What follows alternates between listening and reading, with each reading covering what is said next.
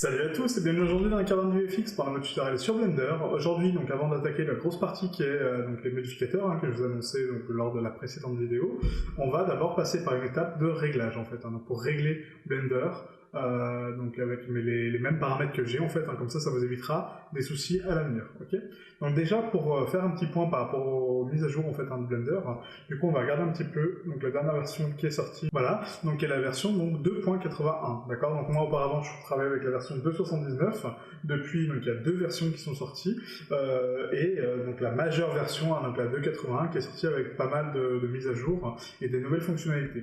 Donc aujourd'hui on va faire un point très rapide par rapport à l'interface du site, donc en sachant qu'on peut accéder donc à des versions un peu plus récentes en allant ici donc sur l'onglet Download. Et du coup, quand vous descendez en fait, donc ici au niveau de la page, vous avez ici donc Get Blender Experimental. Donc Experimental, c'est en fait c'est des versions expérimentales en fait, comme son nom l'indique, et du coup qui permet donc de télécharger donc la version 2.82 en bêta et la version 2.83 en alpha. Okay, donc nous on va pas se charger de ces versions-là, même si elles sont très intéressantes à tester. Je vous invite à le faire vous de votre côté, mais moi je les intégrerai donc au tuto une fois qu'elles seront officiellement sorties. D'accord? Donc du coup, on va retourner donc maintenant sur Blender. Donc nous on va ouvrir Blender. Donc ici on se retrouve sur la version 2.81a, ok. Et donc du coup cette vidéo là va vous enseigner en fait à régler le moteur graphique en fait, donc les paramètres de Blender, à activer les add-ons, à mettre l'interface en français et à régler en fait avec les mêmes paramétrages que j'ai moi actuellement. Si vous ne souhaitez pas le faire parce que vous avez votre propre configuration ou tout simplement vous n'avez pas envie de vous prendre la tête avec ça, je vous invite à donc aller en description de vidéo et à télécharger donc le petit fichier que je vous ai mis, donc le petit fichier .blend, qui permet d'avoir la même interface que moi en fait avec les mêmes réglages, comme ça vous évite en fait de jongler avec votre interface personnelle et la mienne, ok. Mais si jamais vous voulez pas, donc on va en regarder ensemble comment faire. Donc du coup ici donc File, on va commencer par activer la fonction en fait qui est ici, qui permet donc de packer automatiquement tous les éléments externes que vous allez avoir et de les mettre dans votre fichier .blend. Donc je m'explique, supposons que vous importez donc des textures, des sons, des matériaux externes, des éléments externes, donc des meshes, ça va permettre donc de créer un seul fichier .blend avec tout à l'intérieur en fait. Donc comme ça vous évite d'aller rechercher vos ressources à chaque fois, et quand vous le donnez à quelqu'un, par exemple quand vous le partagez, tous les éléments seront dedans. Okay, donc du coup on le coche par défaut. Ensuite on va se rendre ici donc dans Edit Preferences, et du coup on va regarder un petit peu le tableau des préférences. Donc ici sur l'interface, on va juste cocher Translation, donc la traduction, et on va cocher donc Tooltips, en fait, donc les bulles d'infos, interface et nouvelles données, d'accord? Donc ce qui permet donc de traduire l'interface en entier. Ici au niveau de la langue, on va mettre en français bien sûr, et voilà. Donc là tout mon logiciel est traduit en fait, en tout cas en grande partie. Il y a certaines choses qui ne sont pas traduites correctement, mais du coup ça on le verra par la suite. On enregistre ensuite donc les préférences. Ici au niveau du thème, rien n'a changé, vue 3D non plus, lumière non plus, édition non plus, animation non plus, et ici add-on. Donc add-on, en fait vous allez cocher donc tous les add-ons qui sont présents, tous, sauf développement et système, donc qui se retrouvent ici. D'accord? Donc moi je vais le faire de mon côté, on se retrouve juste après. Voilà, donc une fois que donc, tous vos add-ons sont cochés en fait, donc vous laissez bien donc système et encore une fois développement décoché, d'accord? Vous sauvegardez vos préférences encore une fois, ok? Donc je ne sais pas si vous avez besoin de faire à chaque fois l'enregistrement, mais bon, c'est une habitude que j'ai avec Unreal de sauvegarder tout le temps, donc voilà, faites-le au cas où, on ne sait jamais. Ensuite, donc ici, donc au niveau de l'entrée, donc rien à modifier, pareil, à part si vous voulez donc émuler une souris à 3 boutons et émuler un pavé numérique, si vous n'en avez pas un, mais bon voilà, moi j'en ai un, donc ça sert à rien. Navigation, donc là pareil, rien à modifier. Ensemble des raccourcis, donc là très important, entre la version 2.79 et la version 2.81, il y a eu pas mal de changements au niveau des raccourcis. Donc, certains sont restés identiques, d'autres ont complètement été changés. Donc là, ce que je vous conseille de faire, en fait, c'est du coup de repasser sur une interface en Blender 2.7, d'accord, pour avoir donc les mêmes réglages qu'avant, en fait, donc du coup les mêmes raccourcis et la même façon de travailler. Pourquoi? Parce que tout simplement, moi j'étais habitué avec l'ancienne version. Donc il y en a qui le déconseillent, de dire bah non, il faut vraiment passer sur les nouveaux raccourcis, la nouvelle interface, et du coup s'y habituer. Donc ok, pas de problème, moi je suis d'accord avec ça, mais pour une plus grande aisance de travail, moi je préfère repasser sur les raccourcis en 2.7. De toute façon ça revient strictement au même, puisque c'est moi. De toute façon, ça revient strictement au même, puisque c'est moi qui utilise le logiciel, en fait, donc voilà, peu importe les raccourcis, d'accord? Donc du coup, passer en 2.7 ou 2.8, en fait, si vous souhaitez vraiment rester en 2.8, mais du coup, les manipulations ne seront pas forcément les mêmes que les miennes, ok? Donc voilà, donc on enregistre encore une fois donc, les préférences. Ici, dans Système, pareil, petite nuance, Pour activer donc le rendu, ici, donc on a ici périphérique de rendu Cycles, hein, donc on a ici donc les périphériques qui sont utilisés pour Cycles. On peut activer donc ici CUDA, qui vont activer donc les deux cartes graphiques que j'ai actuellement, et petite nouveauté, le CPU. Avant, on avait uniquement les GPU, d'accord, donc uniquement les cartes graphiques qui étaient actives, et on avait la possibilité de calculer avec le CPU, mais c'était vraiment à part. Aujourd'hui, on peut activer donc le GPU et le CPU, d'accord, très important, ça augmente vraiment la vitesse de votre rendu. Si vous avez une carte graphique qui n'est pas compatible, donc qui ne s'affiche pas dans la liste qui est ici, pas de panique, essayez du côté de OpenCL, voilà, voir si elle s'affiche. Si elle ne s'affiche pas, ça veut dire que vous avez une carte un petit peu trop ancienne, mais du coup, il faudra uniquement calculer avec votre CPU, ok. Si vous avez en revanche une carte RTX, donc les nouvelles cartes graphiques qui sont sorties, elles vont s'afficher ici dans cet onglet-là, donc OptiX, qui permet un calcul vraiment beaucoup plus puissant que CUDA, et du coup avec le Ray Tracing, donc le Ray Tracing qui est une nouvelle forme de calcul, des caustiques, des lumières, des ombres, enfin voilà, de tout en fait, hein. Et du coup voilà, qui augmente grandement les performances, clairement. Mais bon, pour l'instant moi j'ai pas de carte comme ça, donc du coup on va se contenter au CUDA. Ensuite, donc ici, dans enregistrer, ouvrir, on va juste changer donc, le délai de sauvegarde automatique à 1 minute, comme ça au moins on est sûr d'avoir toujours un fichier à jour. Et ici, au niveau des chemins de fichiers, on va juste vérifier que Windows, donc ici, est affiché avec les fonts, et du coup, c'est à peu près tout. Voilà. Donc on sauvegarde les paramètres ici, et on peut fermer cette fenêtre.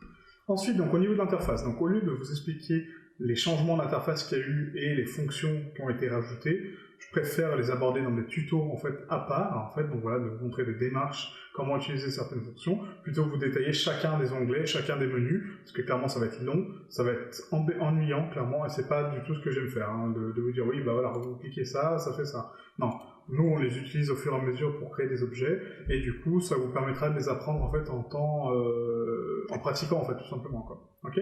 Donc là au niveau de l'interface, tout ce qu'on va changer c'est enlever la timeline ici, hein, donc vous cliquez sur la partie basse de l'écran et vous la glissez vers le bas. Hop.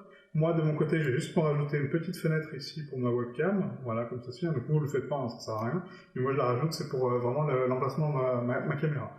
Ensuite, donc ici au niveau du viewport on va appuyer sur N pour ramener donc, le panneau de propriété. Donc au niveau du panneau de propriété on a juste une petite chose à faire, c'est ici au niveau de la vue.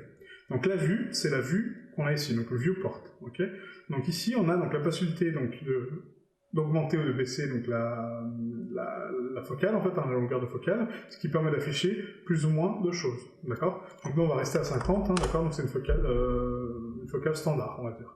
La troncature, pareil, c'est un point que j'ai jamais abordé en fait dans mes tutos, mais qui est très important. Donc la troncature, qu'est-ce que c'est? Supposons que vous travaillez sur un élément très très petit. Donc là, je vais scale mon cube d'origine à 0.001, d'accord? Donc 1 mm. Si je zoome sur mon cube, il va s'afficher à partir de cette distance. Mais supposons que je veux travailler vraiment plus précisément sur cet élément-là, donc à 1 mm, j'ai envie de zoomer un petit peu plus. Sauf que là, bah, vous voyez, mon élément a complètement disparu. Même mes axes ont disparu, même ma grille a disparu complètement, en fait. Hein. Voilà. Donc là, je zoome, mon cube est là, et d'un coup, il disparaît. Pourquoi? Parce que la troncature est trop élevée, au niveau du début. Hein. Donc ça, c'est la troncature la plus petite que vous pouvez avoir. Si je baisse la troncature, donc 0.01, voilà, mes lignes se raffichent correctement, et là, je peux zoomer à nouveau sur mon élément, vous voyez. Donc là, je peux travailler mon élément à 1 mm de distance.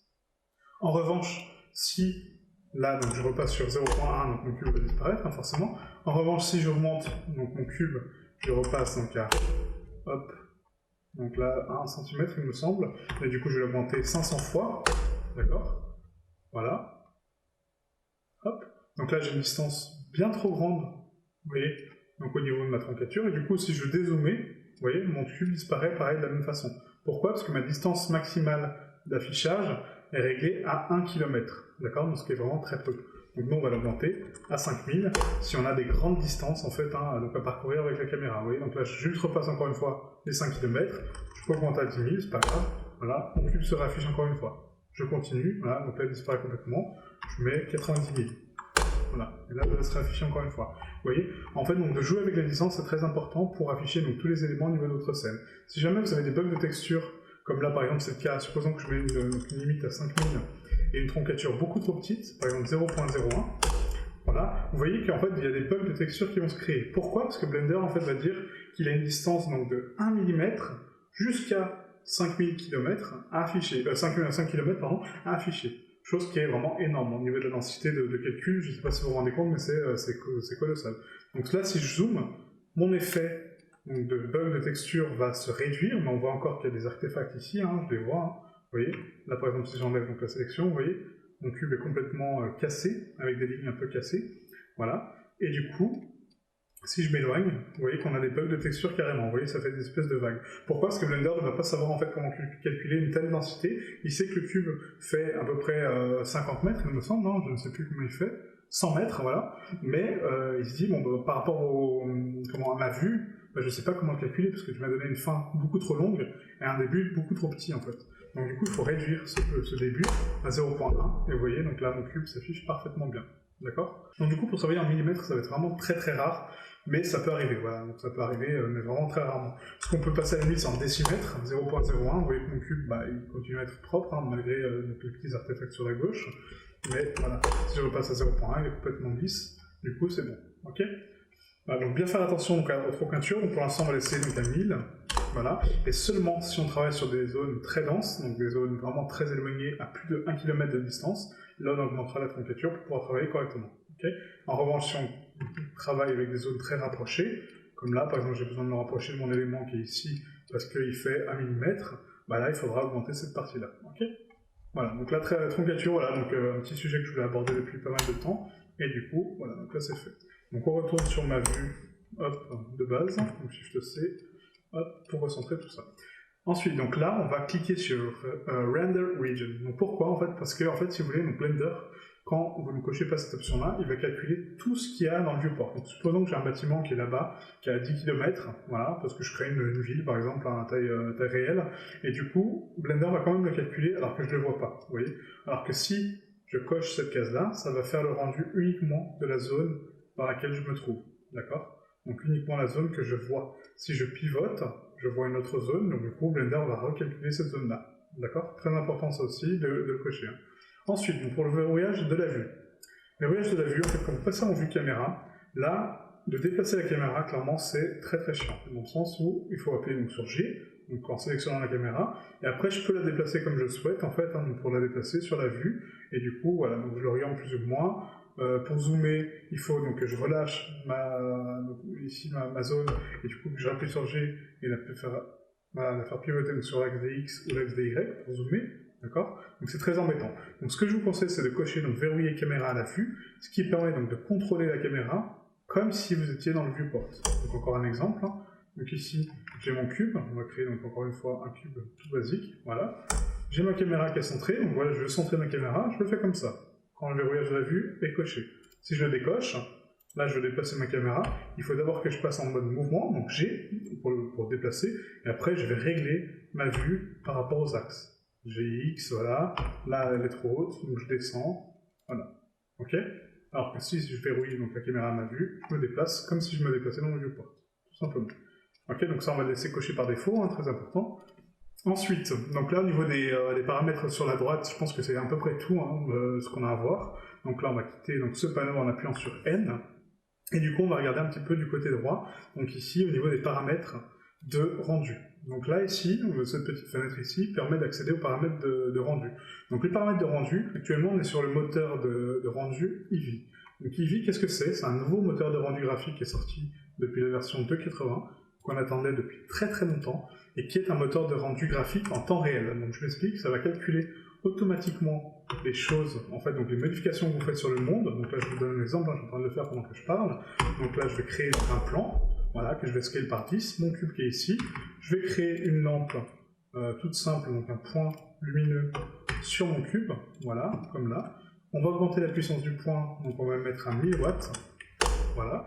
Et du coup, je passe en mode rendu. Donc ici, c'est la petite bille, hein, ici, c'est le mode rendu. Voilà. Donc j'active le mode rendu, et voilà. Donc la petite différence avec Cycles, en fait, c'est qu'Eevee a une autre façon de calculer en fait, les ombres, les lumières, l'occlusion ambiante, les volumétriques. Voilà, c'est vraiment une autre façon de travailler.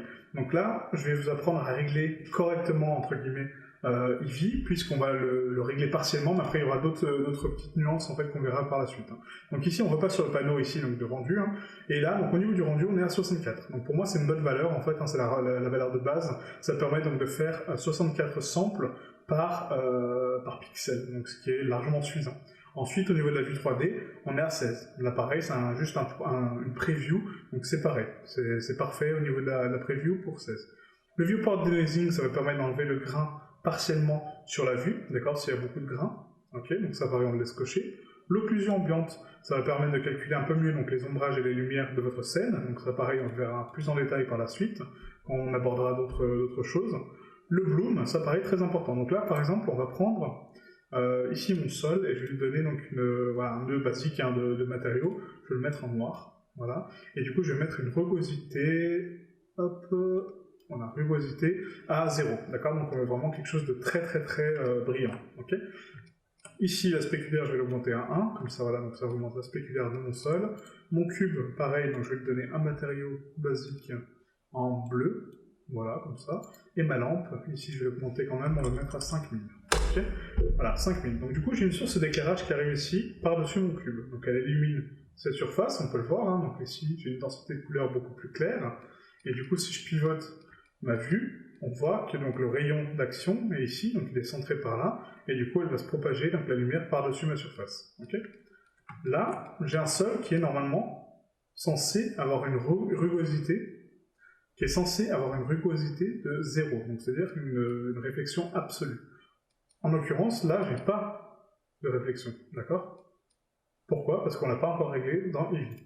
C'est pour ça qu'Eevee, c'est très important de le régler au départ.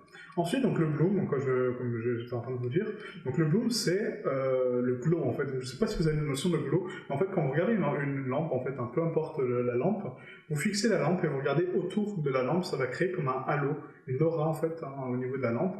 Et du coup, c'est ça, en fait. Hein, le glow, c'est ça. Donc, c'est la propagation de la lumière dans l'air, en fait. Voilà. Donc, c'est des espèces de particules qu'on voit autour de la lumière. En revanche, le bloom, c'est donc la lumière indirecte qui va ressortir de votre objet. Donc supposons qu'on a une source d'éclairage très dense, comme là c'est le cas, donc 5000 watts, qui tape sur mon cube. Du coup, normalement, la lumière est censée donc taper sur le cube et se repropager autour de mon cube. D'accord? Donc de refaire de la lumière autour de mon cube. Donc là, si on n'active pas, bah forcément on a une surface qui est éclairée, mais on n'a pas de propagation de lumière. Vous voyez, autour, on n'a rien. Alors que si on active, regardez, bloom, paf, voilà. Ok.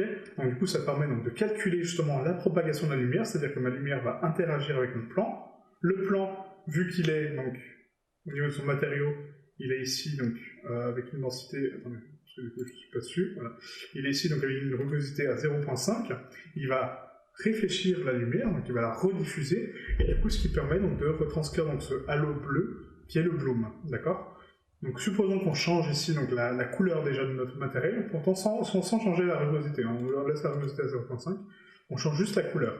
On baisse la couleur pour une couleur beaucoup plus sombre, vous voyez que mon bloom diminue. Pourquoi? Puisque la surface est beaucoup plus sombre, donc quand la lumière va taper, elle va diffuser beaucoup moins de lumière, donc forcément le bloom sera beaucoup moins dense en fait, hein, tout simplement.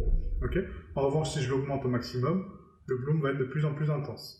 Okay, donc ça c'est pour créer vraiment des effets super sympas, et ça c'est de la lumière indirecte. Okay, lumière directe, ma lampe, lumière indirecte, la lumière propagée autour. D'accord. Si je replace un cube, supposons à côté, on va faire ça de suite. Alors tac, donc je désélectionne tout, on va faire mesh cube, je vais le placer donc sur la droite de mon objet, comme ceci. Hop. Je vais juste le baisser un peu comme ça. Vous voyez? Donc là, mon cube est blanc, pareil, donc il n'a pas de matériau pour l'instant. On va mettre juste une rugosité à 1. Voilà. Au niveau de l'aspect, pareil à 0. Donc là, c'est pas mal. Voilà. Et du coup, on va mettre une couleur beaucoup plus sombre. Vous voyez qu'en fait, donc, voilà, plus je passe sur des niveaux gris, en fait, si ma couleur n'est pas blanche, vraiment très blanche, et que du coup ma lumière n'interagit pas avec ma couleur blanche, encore une fois, qui est une couleur très réflective, du coup, si je passe sur des couleurs plus sombres, vous voyez qu'en fait ma lumière indirecte va interagir avec mon cube à côté. Vous voyez, là c'est pas la lumière de ma lampe, puisqu'elle est blanche, c'est la lumière de mon cube qui va taper ici, vous voyez. Donc là les zones bleues qui se démarquent tout doucement, voilà, c'est ça le bloom en fait, c'est la lumière indirecte qui va être propagée. Okay, voilà, donc là c'est un petit peu long, hein, désolé comme explication, mais c'était pour moi important de déterminer ça. Ensuite, donc là pour Eevee, donc on a activé le bloom. Profondeur de champ, on verra après. Dispersion subsurfacique, pareil, c'est un réglage qu'on verra après. Et là, les Screen Space Reflections. Donc là, pareil, si on regarde, mon cube, normalement, est censé être donc, avec 0,5 de rugosité. Donc il est censé donc, diffuser un petit peu de brillance, hein, chose qui est le cas ici avec ma lampe. Mais par contre, mon sol est complètement brillant normalement. Et là, pourtant, on ne voit pas mon cube. Pourquoi? Parce qu'on n'a pas dit à Eevee de calculer ces éléments-là, en fait. Donc là, on clique sur Screen Space Reflections, et vous voyez, mon cube est apparu ici. D'accord? Voilà. Donc cette zone-là, normalement, qui est censée être bleue, en fait, quand je vois de dessus, en fait, on ne la voit pas, hein, vous voyez. Donc là, c'est vraiment un réglage qu'il faudra faire, en fait, par la suite, hein, pour afficher cette zone-là. Par contre, quand je me baisse, on la voit ici parfaitement. Ok? Voilà, donc c'est ça. Donc si on n'active pas les réflexions, forcément, il n'y aura pas de réflexion au niveau du monde. La réfraction, pareil, on va l'activer. Donc ça, c'est pour la réfraction, c'est la traversée de la lumière en fait au-delà des matériaux. Par exemple, on a un matériau de verre, la réfraction c'est la lumière qui va taper donc, contre le verre, qui va se propager sur le reste de la scène, d'accord? C'est ça la réfraction. Donc ça pareil, il faut l'activer. Et ensuite ici, on va augmenter après donc, ces paramètres-là pour jouer un petit peu avec la réflexion et rattraper ces valeurs-là, d'accord? Donc ça on le verra plus tard. Ensuite, on a ici donc, le flou cinétique. Donc le flou cinétique, qu'est-ce que c'est? C'est le flou de mouvement. Donc la cinétique, c'est une force, d'accord? C'est une force de déplacement. Donc du coup, si je déplace mon cube de gauche à droite, d'accord? Il y a un flou qui va se créer entre donc, le point de départ et le point d'arrivée. Donc c'est-à-dire que toute la transition en fait, entre ce point-là et ce point-là, normalement, génère un mouvement, d'accord? Et ce mouvement va générer une traînée. Quand je passe ma main, ça génère une traînée au niveau de ma main. On dirait que ma main est traînée en fait dans le temps. Voilà, donc c'est ça le flou cinétique. Si on n'active pas, ça donne des résultats qui ne sont pas très réalistes.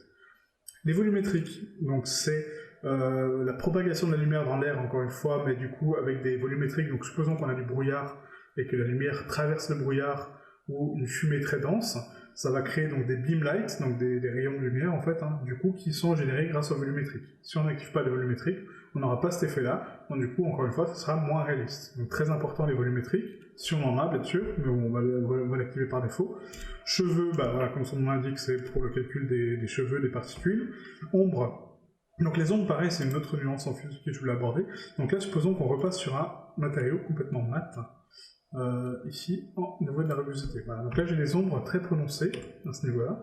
Je vais juste replacer mon cube par ici. Voilà. Voilà. Et donc là, j'ai une source de lumière que je vais supprimer, puisqu'elle ne sert à rien, et j'ai une autre source de lumière. Voilà. Mon monde, pareil, je pense que je vais l'enlever, pour enlever vraiment toutes les sources de lumière, comme ça on a vraiment quelque chose de probant. Okay, voilà. Donc là, ma seule source de lumière, entre guillemets, c'est ma lampe, qui est ici, d'accord? Et du coup, qui tape donc, sur mon cube, et qui va transcrire, en fait, ici, donc retranscrire une ombre.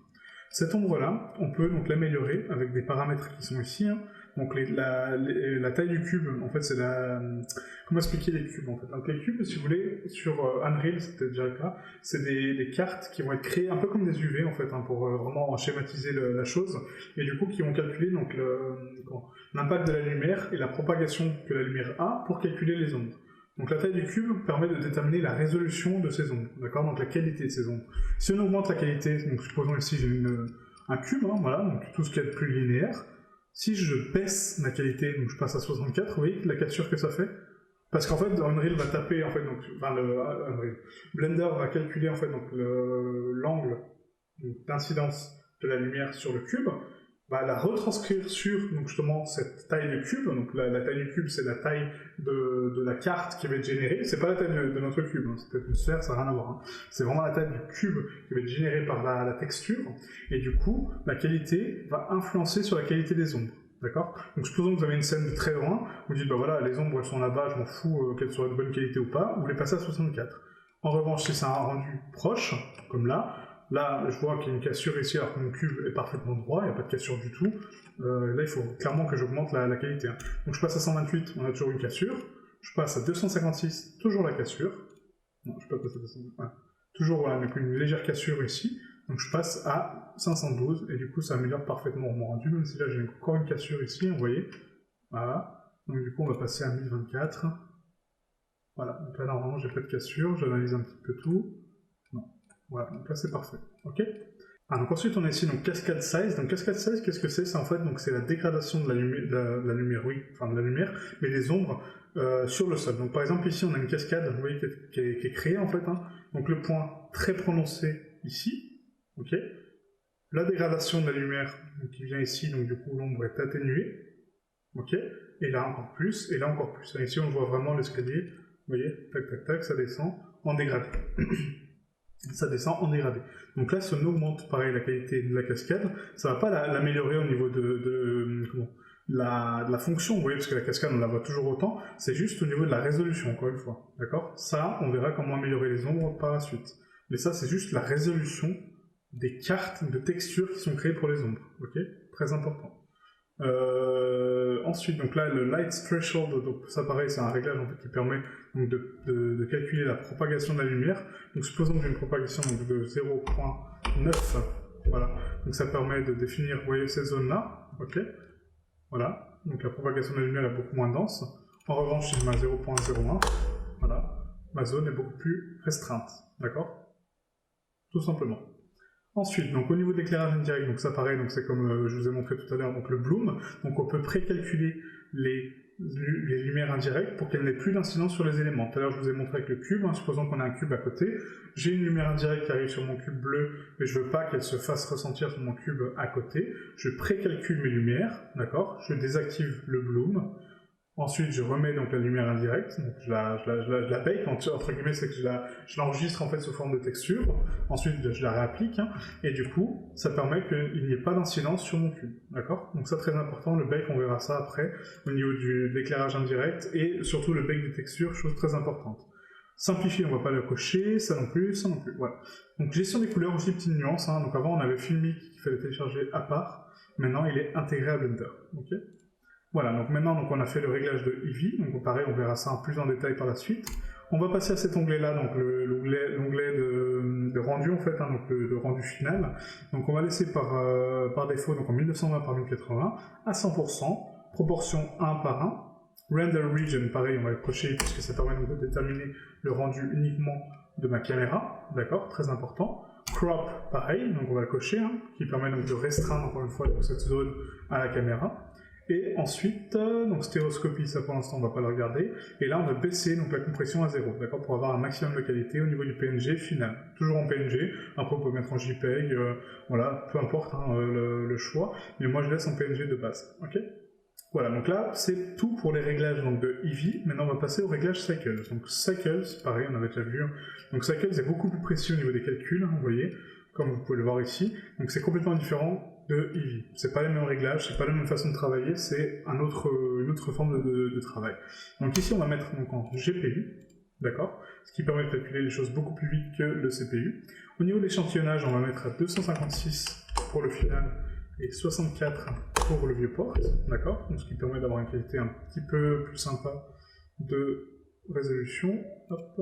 Ensuite, donc, au niveau des paramètres avancés, donc là non, pas de changement. Le chemin de lumière, donc ça très important, on va mettre à 8 au niveau donc, du total.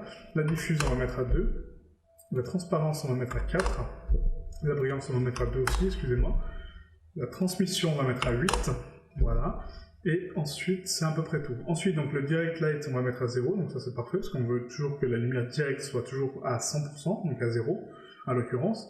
Et l'indirect, on va la mettre à 5, voilà, pour la lumière indirecte, ça aussi c'est pas mal, ok. Les caustiques, on va les laisser par défaut, on va juste filtrer la brillance à 2, d'accord, pour augmenter un petit peu le temps de rendu. Et les caustiques, on va les cocher uniquement quand on aura les caustiques, d'accord. Donc là, pour l'instant, ça sert à rien de les cocher. Mais par la suite, on verra quand est-ce qu'on va les cocher. Vous voyez la différence en fait des caustiques, c'est que là, ça va créer une autre génération de lumière en fait ici en bas, grâce à la réflexion de mon objet et la réflexion du sol. C'est ça les caustiques en fait. Donc si je les décoche, vous voyez, ma surface est complètement bleue, point barre. Si je coche les caustiques, c'est beaucoup plus gradient et du coup on voit vraiment la propagation de lumière sur mon cube et sur la surface. D'accord, donc les caustiques, on pourra les activer que quand on en aura vraiment besoin. Ok, pour des scènes très proches ou vraiment très prononcées. Ensuite, donc les volumes, pas de volume pour l'instant, donc ça, pareil, on l'activera quand on en aura besoin. Les cheveux, pareil, on les décoche. Simplifier, non. Flou cinétique non plus, c'est pas la peine sur Cycles. Film, là non plus. Performance, ça c'est bon. Précalculé, donc c'est le bake justement de texture. Donc ça, on fera une grosse leçon dessus parce que clairement c'est très important. Je sais même pas pourquoi j'ai pas fait de tuto dessus encore. Gestion des couleurs, donc l'appareil donc filmique, on laisse par défaut. Et voilà, donc tout ce petit monde est réglé. Au niveau des paramètres autres, il n'y a rien d'autre à voir. Non, c'est bon. Ok. Voilà, donc là, toute l'interface de Blender est complètement réglée, d'accord. Donc du coup, soit vous téléchargez donc le fichier de démarrage, ce qui vous évite de faire tous les réglages qu'on vient de faire, ou sinon vous le faites avec moi, et puis voilà, on passe un petit moment ensemble à les faire. Ok. Voilà, donc là l'interface est finie. On enregistre, donc ici par défaut, on fait enregistrer fichier de démarrage si vous voulez que ces réglages-là soient constants, ou sinon, vous enregistrez tout simplement sous le fichier, et vous le mettez quelque part sur votre bureau, comme ça quand vous lancez avec cette instance, vous avez les réglages, et quand vous lancez l'instance réelle de Blender, vous avez vos réglages, d'accord? Ça peut être une solution aussi. Hein. Donc moi ce que je vais faire, c'est juste supprimer toute la scène par défaut, voilà, donc je sélectionne tout, hop, je repasse ici en mode 3D, je recentre mon curseur, voilà, et comme ça on a une vue propre. Et du coup j'enregistre ici par défaut, enregistrer fichier de démarrage, et voilà. Ok. Donc du coup je vous mets en description encore une fois donc, le fichier, hein, donc n'oubliez pas, vous le téléchargez, vous le mettez à part dans votre bureau, comme ça quand vous faites des tutos avec moi, bah, vous lancez ce fichier là, comme ça ça vous évitera qu'il manque des add-ons ou des réglages en fait que j'ai activés et que du coup vous n'avez pas. Voilà. Du coup, je vous remercie d'avoir suivi cette vidéo. Donc, n'oubliez pas, j'espère que demain j'aurai le temps de tourner la prochaine. Donc, sur le modificateur tissu, voilà, donc il y a une petite nuance sur le modificateur tissu, parce qu'il y a une nouvelle chose aussi qui est sortie qui s'appelle tissu, qui n'a rien à voir avec le modificateur tissu. Mais bon, ça on l'abordera demain. Et voilà, donc merci d'avoir suivi cette vidéo. Désolé pour le temps que ça a pris pour les réglages, mais pour moi c'était une phase importante de faire un petit point quand même sur les réglages avant qu'on débute vraiment la session sur les modificateurs. Ok? Donc, merci à tous, à bientôt. Ciao, ciao.